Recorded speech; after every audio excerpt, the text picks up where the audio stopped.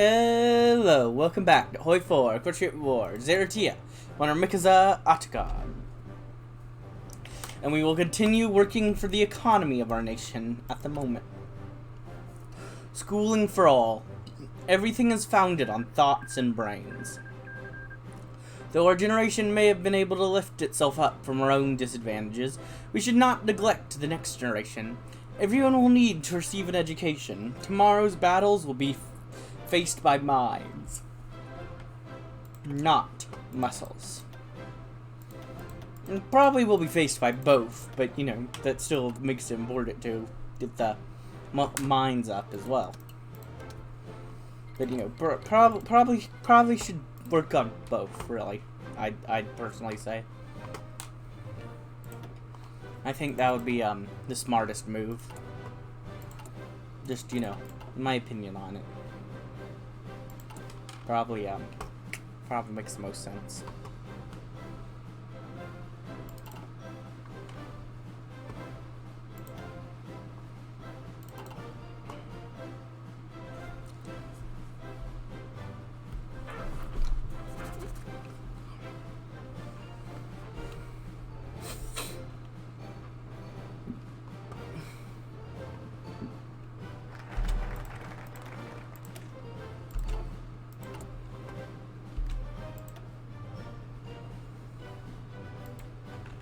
Let's go ahead and bump you up. Settling land disputes. One problem with land are the ancient disputes over who owns which land, or if it is owned in the first place. The traditional ways of handling these issues have proven futile. Modern methods are needed to work these problems out.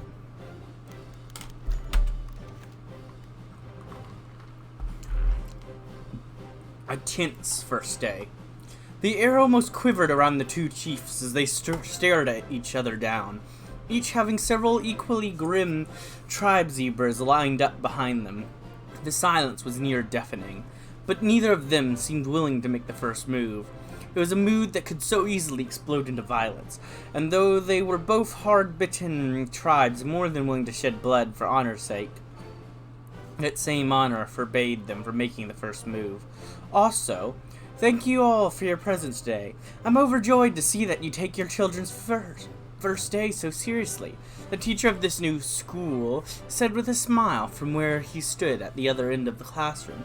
Both chiefs turned to glare at the Agzat interloper, as their children had found their places in rows of benches. My name is Nervez Tifrelest. You can address me as Mr. Tirelest. Or for you, children, you can simply say teacher. Thank you. And today I especially wish to welcome Chief Mantus Aquin and Chief Zerny Emixid.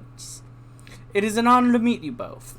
As chief of the Emquin, the two chiefs both began before stopping and giving each other withering glances, as the mood in the room dropped even further. Neither of them continued saying what they were going to say. Their followers all rose up a bit taller, glaring down their respective counterparts, and the children cowered a bit in their seats. Mr. Tirelest, meanwhile, continued to smile, even if it was an ever so slightly forced smile. Gods and ancestors both help him. If these were the tribes the student came from, he really had his work cut out for him. But hey, I believe in you. You got this.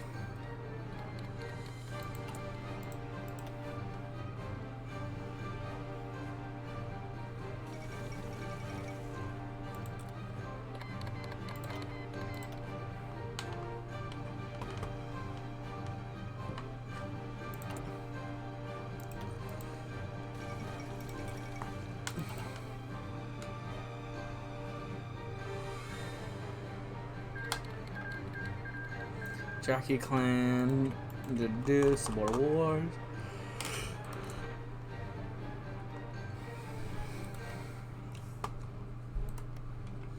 King of Winter's having fun. They're having a little battle over here.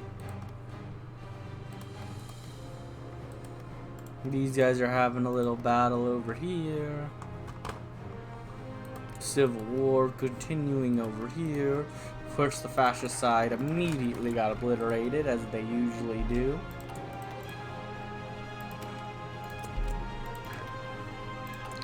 Land for the landless. The final step of the land reform is to grant what land that is available to tenant farmers and those who do not stand to inherit land. A new land of small holders and independent farmers, where it is not just a small class of lords that take all the profit. Woo! Yeah, let's go! Yeah!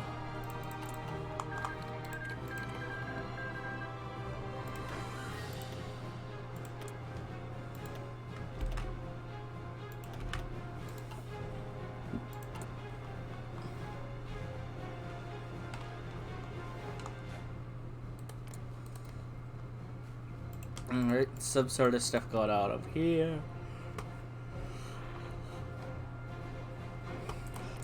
Looks like the king's almost finished with this Republican revolution, though at this point, the only person left is an ultra-nationalist, which is a little strange for, okay, well, they're gone now anyways. The failed revolution. The monarchy has won.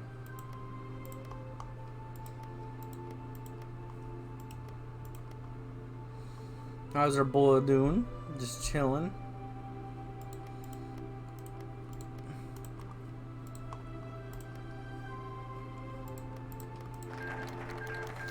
A braid of enmity.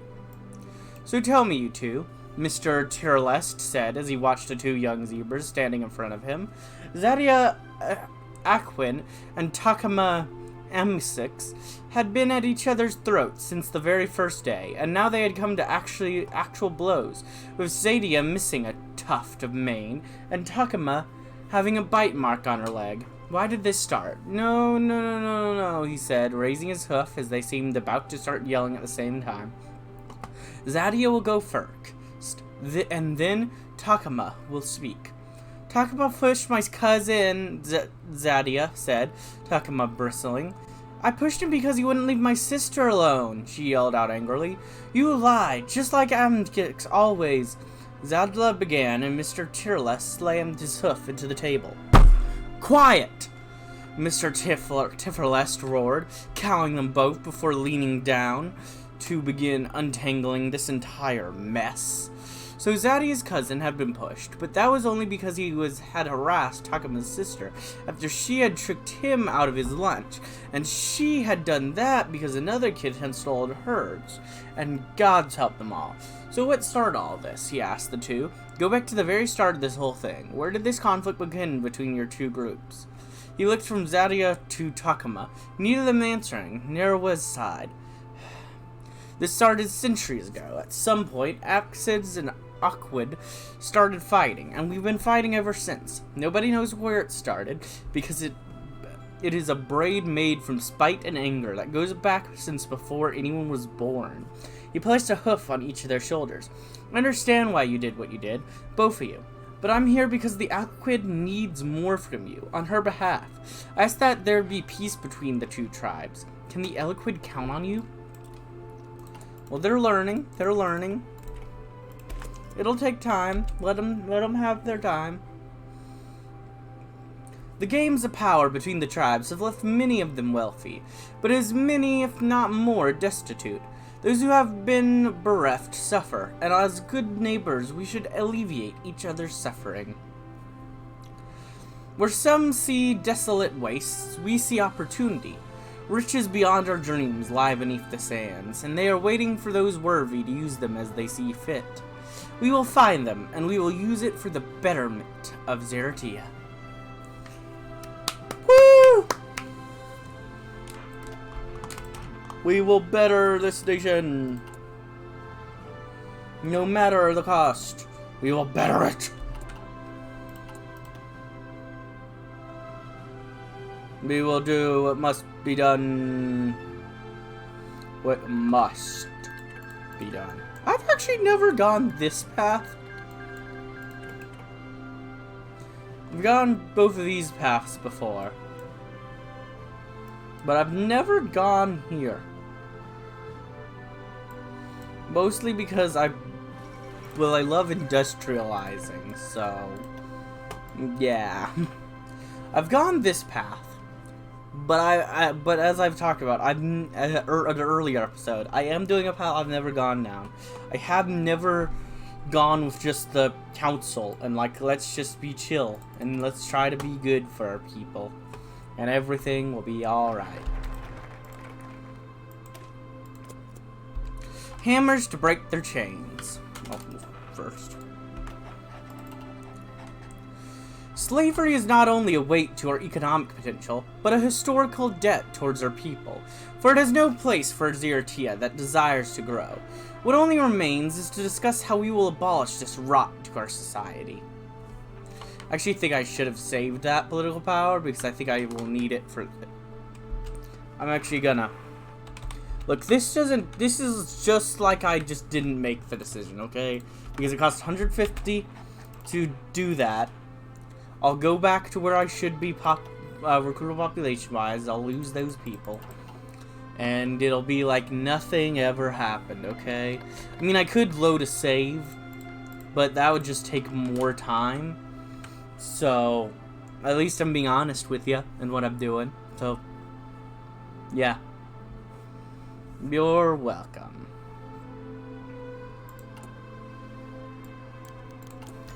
Silly games. The mood was really awkward in the school bench. Mr. Tifferest had reshuffled their seats, and Takama and Zadla had gotten the dubious pleasure of sitting side by side. Neither of them had said anything to the other for the entire day. In fact, they hadn't even looked at each other, and instead focused on their work. And yet still the air was almost quivering between them, and as Zadia reached out to grab her pin, she accidentally bumped into Takama, who gave her a sour glare. Zadia glared back, only for both of the girls to jump in their seats when Mr. Tifferless slapped their bench with his cane. "Did you intentionally push her, Zadia?" he asked, and Zadla looked down at her bench. "No, it was an accident," she muttered. And Mr. Tifferless looked to Takama, who also looked down. Turning around, he returned to the blackboard. Zadla, meanwhile, glanced at Takama and stuck out her tongue, before quickly turning back to look at the blackboard when Takama glared at her. After a few seconds, she realized Takama was doing something and looked. Only to see Takama turn back towards the teacher as well. Realizing what she was doing, Zadla extended her tongue once more and turned back before she was spotted, unable to stop a small smile from creeping onto her face as their silly game continued.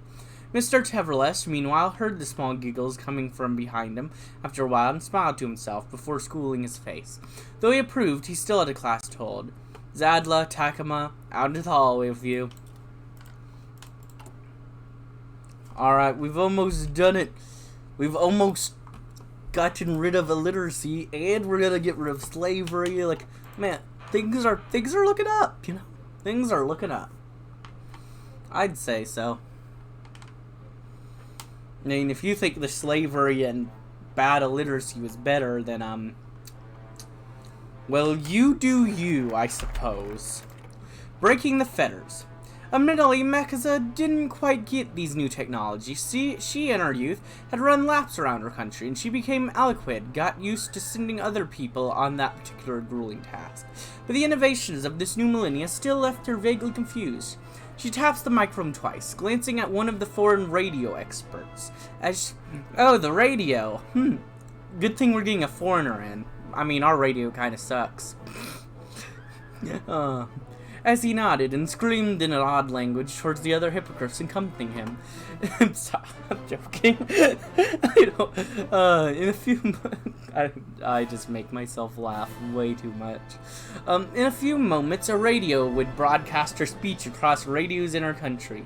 And what better way to make the first or hopefully mini broadcast than severing one of our country's oldest crutches. People of Zarantia, tribes, Imazibs, ponies, and all. When Tobak was stolen from us, I've thought deeply of our future, our country's future. What kind of proud nation would have built a strong legacy to simply collapse by itself when we lost but a city, but a territory? I've decided what before my body returns to the desert, and my soul wanders the endless winds. I would set upon the stone to which a nation, not a group of collected tribes, but one, an individual home we share under the sky, would stood and grow. Growing pains have certainly been felt, but many Detractors endeavored to stay against those changes. And still we are undeterred. Still we are stronger. Yet one topic, many wish I wouldn't topic, one that no matter how neutral the tribe stood, still dabbled on it. To put the chains on the defeated, the prisoners, the spoils of conflict. You might be glaring, you might be shutting off these radios, but I speak of a plain truth. There's no future in the Zarantia of tomorrow. To hold one in chains is to consign them to a fate not their control. Neither to their freedom, and isn't freedom one of our main values. And on the memory of every tribe zebra and every slave owner who heard they shut down those blasted devices and carved in the heart of every soul, clad in the metaphorical and literal chains, were the next words. Your freedom will come to you, your days as slaves are counted. I want to do from this point onwards, there's not a single legal slave, but the bottom one gives me an event. So I'm gonna see the event first, because events, look, I'm literally in love with events. They're, they're one of my lovers, they're awesome. Meow, meow, meow, love you, events. I meant, no, meow, meow, meow. Let's see what this event is. Show me. Show me. Show me. Do it. Do it. Show me the, give it to me. Give it to me. Give it to me. Give me thy event, or else you may suffer. Long, long time. The Transarantian Road. Everything needs a place to be. The hammer needs the nail, the fuel, the engine, and roads are how it gets there.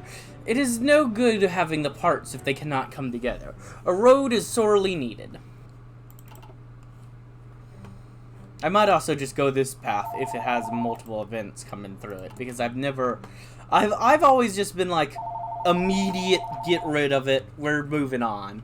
That's what I've always done when I've played this. I've never actually seen what events are actually through this path of going a slower way. So, but let's find out, I guess. If they'll show up. Might be a little bit, I guess. Stop calling, please, whoever spam caller is there.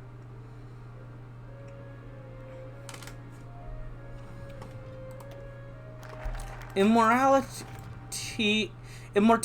of this on the small things. The sun shone brightly, scorching the tireless, dedicated workers as they chart, dig, and pave the sprawling network of the Great Road. It was a grand menagerie of workers, indeed. Former slaves captured from other nations, foreign advisors and experts, and various tribal laborers, all working side by side. Through day and night, through careful guidance and experienced travelers and their generational knowledge, as well as foreign expertise, they carved a path through the desert. One built the test of dunes and winds, all the way out to the seas at Mekiouzza. And when they reached the sea, a sight of boundless blue that seemed impossible for many of them, they could not help but feel pride in their work.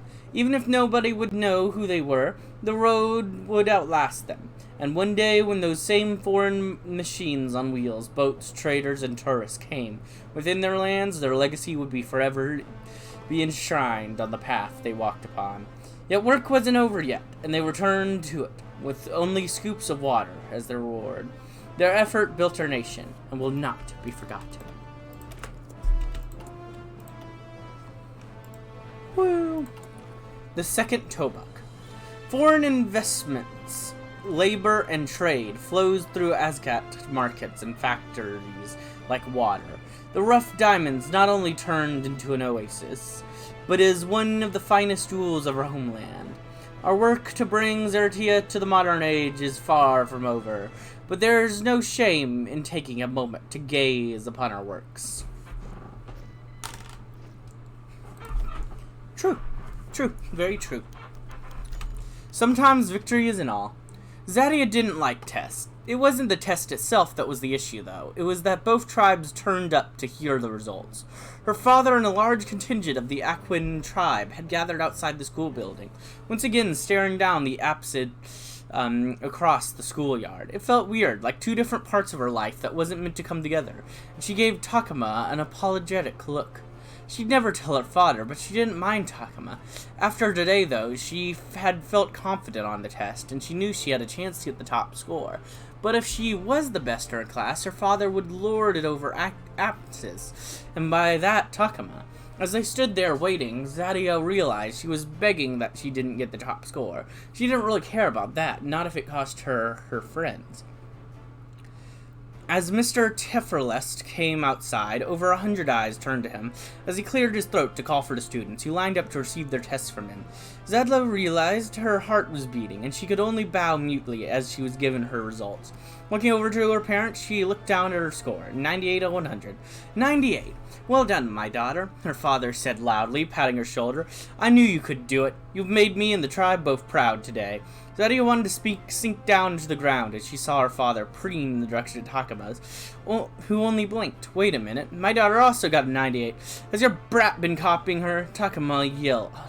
The two girls meanwhile looked at each other in surprise, and as their father began to yell at each other about who had copied from who, the girls snuck away to exchange tests, realizing that they really had gotten the same results. They hoof-bumped each other in joy.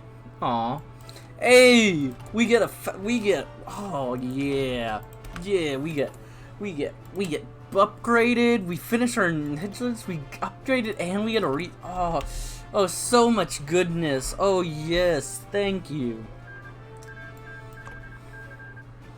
You got your couple of provinces. I always just take it all in that because, well, why not? But you know, you do you, you do you.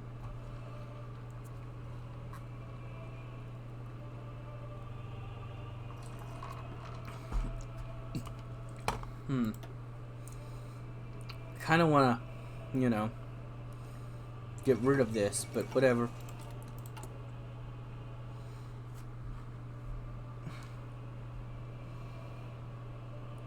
You just, you do you. Just waiting. We've done it. Beautiful. We're building up our economy, our research. Everything's going better. Now let's learn from the West. Our present mode of warfare is unsuited to contemporary combat. We must develop a modern army under the tutelage of our Western neighbors. Such a force would be much better able to hold ground. Yes, of course.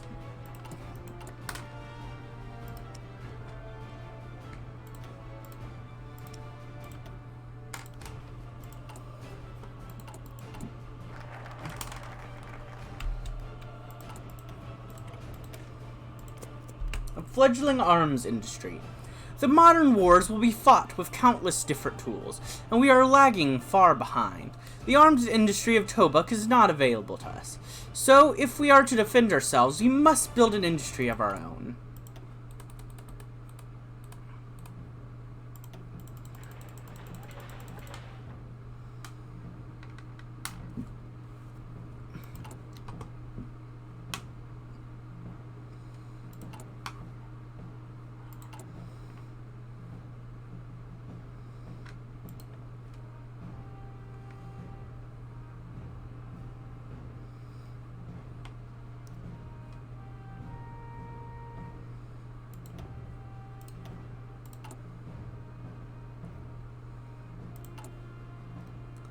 And that seems good.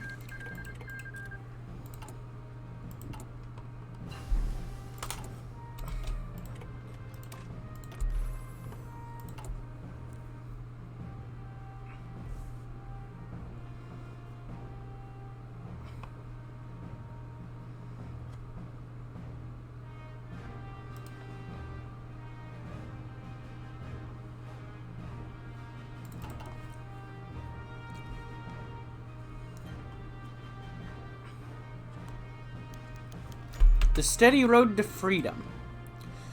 There we go. From the point onward, you're not a slave anymore, Umalez said, signing the papers with parentheses, her hoof already sore from the months upon months of signing releases of service. One after the other, something that our oldest servants noticed with a chuckle. It would have been easier if her mother simply made a declaration and let the army take care, but she feared the reprisals from the chiefdoms. Only after weeks of endless negotiations, butting heads, and untold horseshoes are thrown, they could finally make some progress, but all of them required either her and her mother's signature, which all but condemned them to their chambers, signing towering pillars after towering pillars of quills to be sent to houses and tribes. The proper procedure, yes. Murder to her wrists, doubly so.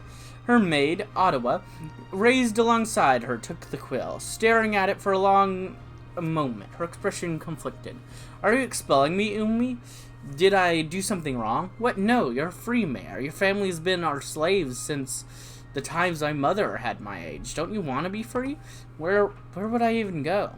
She stared at her later, her friend, her wide, nervous eyes glancing at the zebra she grew alongside with. Of course many of these slaves were from generations. Where else would they go? She remembered something Mother did for those. What was it? As the light bulb lit over her head, she quickly pulled a blank small quill, writing the terms of a quick contract, or her hooving it to her, motioning her to read. She seemed confused for a moment, her expression melting into a peace as she read more and more. I hereby declare Ottawa Nefertiti to be Princess Umlez of Zarantia's personal bedmate, until she no longer deems herself worthy of service. Upon the word of Eloquid, replace slave-based economy with civilian economy. Woo! We've done it! We've gotten rid of the slave economy. Yay! Courting Carthage. Our ties to Carthage are strong, and turning to them for greater insight into modern warfare is natural. They've made use of our mercenaries for centuries, and we have many contracts among their generals. It is just a matter of asking. Fair enough. Let's do it then.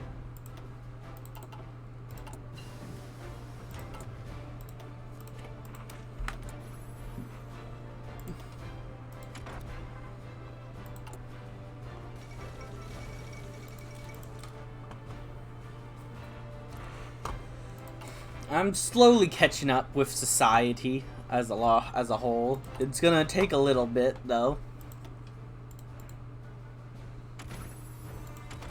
I mean, fair enough, I'd say. I mean, I've started off behind, so I'm just working hard to catch up with society.